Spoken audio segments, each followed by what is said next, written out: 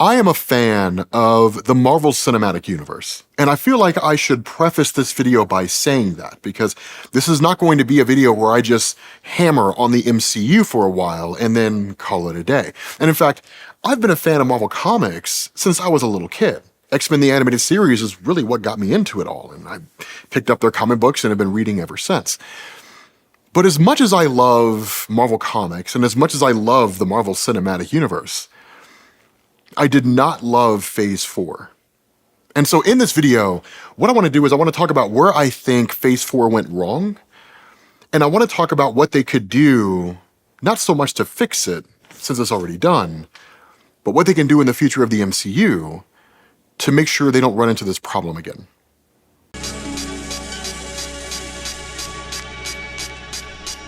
So first things first, the success of the MCU's first 3 phases came from following a literary principle called the hero's journey. This process functions as a kind of circle. The hero lives in an ordinary world. They receive a call to adventure. They initially refuse the call but change their minds, after which they meet their mentor. Following this, they cross the threshold, meaning they're now committed to their task. Along the way, they face some threats, both minor and life-threatening. They approach what's called the innermost cave, also known as the location of the treasure. They seize the treasure, they start the journey home, and they find themselves being reborn through the journey they'd undertaken. Now, looking at the MCU, both the individual characters and the larger franchise experience this journey. On a broad scale, the ordinary world is a world with superpowered beings. This is best illustrated in Iron Man 1's post-credit scene when Nick Fury visits Tony Stark and says that he stepped into a much larger world.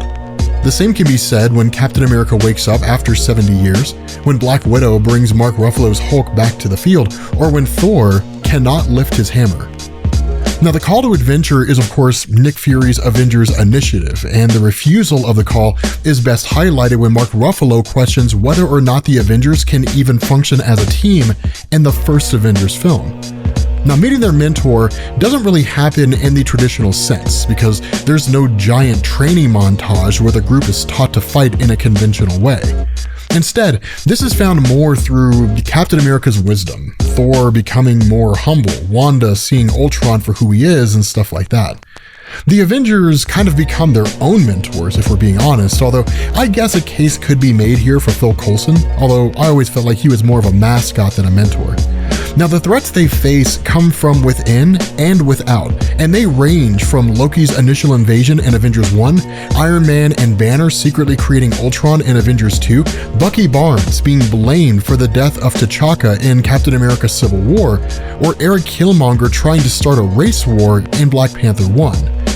The innermost cave and the supreme ordeal are reflected in Thanos both acquiring and using the Infinity Stones, as well as the hero's time travel antics in retrieving the stones, restoring those who were snapped, and of course, the journey home is each of the characters dealing with the aftermath to Avengers Endgame in their own way.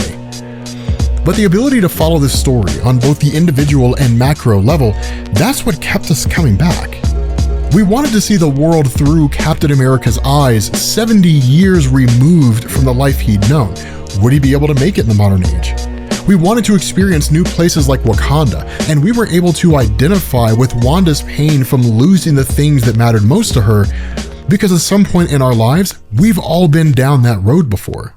So before we continue with this video, we do want to say thank you to our sponsor, Atlas VPN. And right now, you can get a steal of a Black Friday deal, because now you can get Atlas VPN Premium for just $170 a month plus 6 months extra with a 30-day money-back guarantee. And it's the best Atlas VPN offer of the year. So make sure you guys are quick and make sure you get your deal by clicking on the link in the video description, because it's a limited time offer. But for those of you guys who don't use a VPN, these things are dead useful. And I love using Atlas VPN because it's so affordable. But one of the great things about a VPN is like geo-restriction. As a lot of you guys know, different companies out there will only allow certain parts of the world to access different types of content. And if you're an American that decides to travel abroad to some place like London and you can't access American content, using Atlas VPN will make that entirely possible for you. Now, this also comes with other benefits like being able to block malware, being able to hide your VPN from other services, and it's insanely cool because it actually keeps companies from tracking you, which is is really one of the better things. So again, with the Black Friday deal they're running, you can get Atlas VPN Premium for just $170 a month plus 6 months extra with a 30-day money-back guarantee. And again, it's the best Atlas VPN offer of the year, so make sure you guys are quick and get your deal by clicking the link below inside the video description because it really is a limited time offer. But with that being said, guys, let's get back into our video. The problem with Phase 4, at least in my mind, is that on a franchise level, while the journey was over, the MCU kept moving forward in a way that assumed the journey never ended, despite Endgame concluding with a finality. In fact, I've heard some compelling arguments about how the MCU could have just shut its doors following Avengers Endgame and it would have felt right. And in fact, I agree with a lot of these arguments. If they shut down when Avengers Endgame was done, it would have just felt natural. From where I'm sitting, in Phase 4, the MCU wanted to introduce new characters while simultaneously building into the next series of events. The problem with this is a simple one. It burns people out.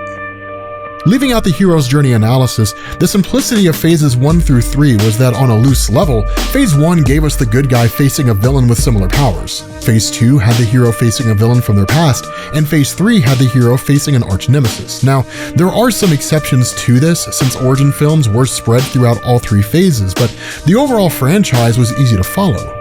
Not only that, we all knew where the ending was headed. But being on the journey and seeing how they got there, that was half the excitement. The thing of it is, all of this happened over the course of 10 years. On the other hand, when I look at shows like Hawkeye, Moon Knight, and She-Hulk, I see Marvel trying to cram a main star, their supporting cast, their origins, their motivations, and their powers into a 6 to 9 episode arc. To give you guys a frame of reference, for a lot of the characters, their redemption arc, the things that made them who they were, their motivations, their powers, and so on, it took multiple films to fully flesh that out.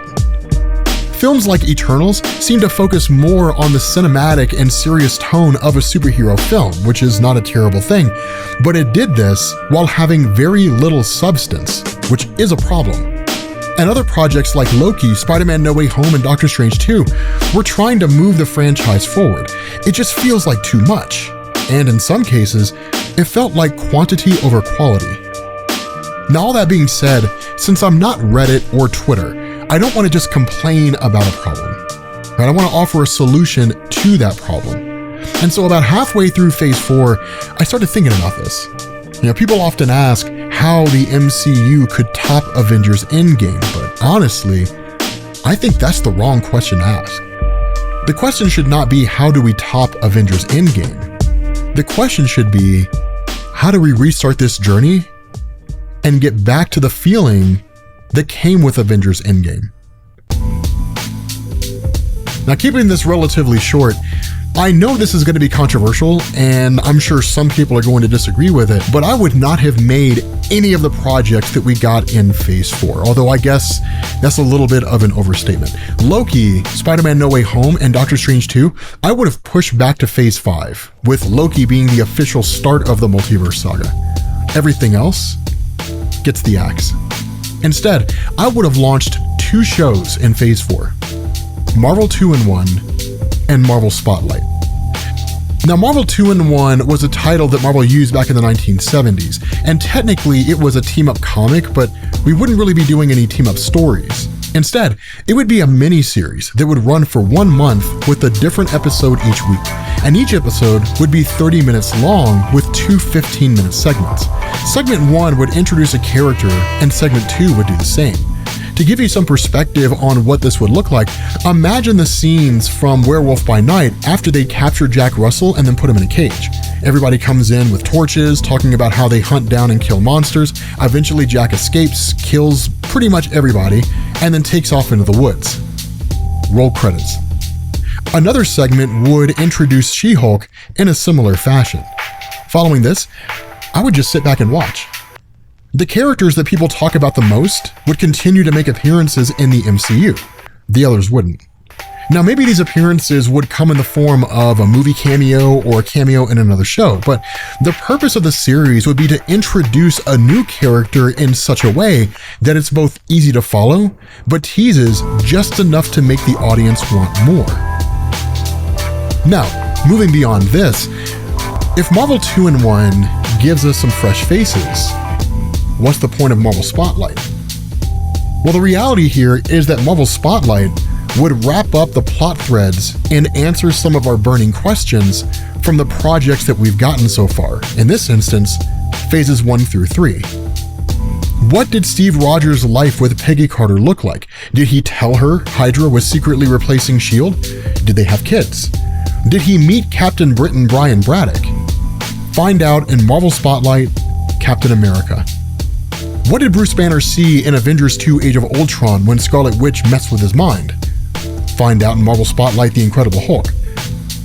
What did it look like when Clint Barton was running around killing villains as Ronin in the 5-year gap between Avengers Infinity War and Avengers Endgame?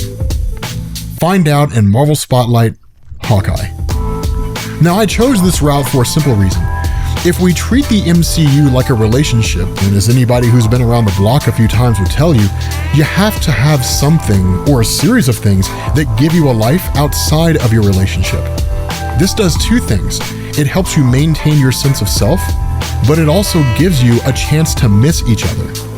The second is what applies the most here. Honestly, the MCU hasn't given us a chance to miss them, and the post-Avengers Endgame landscape was the perfect time to do that. Again, I don't think that walking away from producing content entirely is a good idea, and even then, I doubt Disney would actually let Marvel do that. But giving people just enough content to remember you, but not enough content to feel burned out is key. It's a delicate balancing act. And while Phase 4 is over, I truly believe that this is a strategy that would work for the future of the MCU after every major event that they launch, which includes Kang Dynasty and Avengers Secret Wars.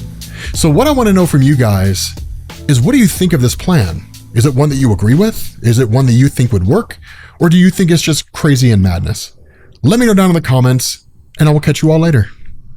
Peace.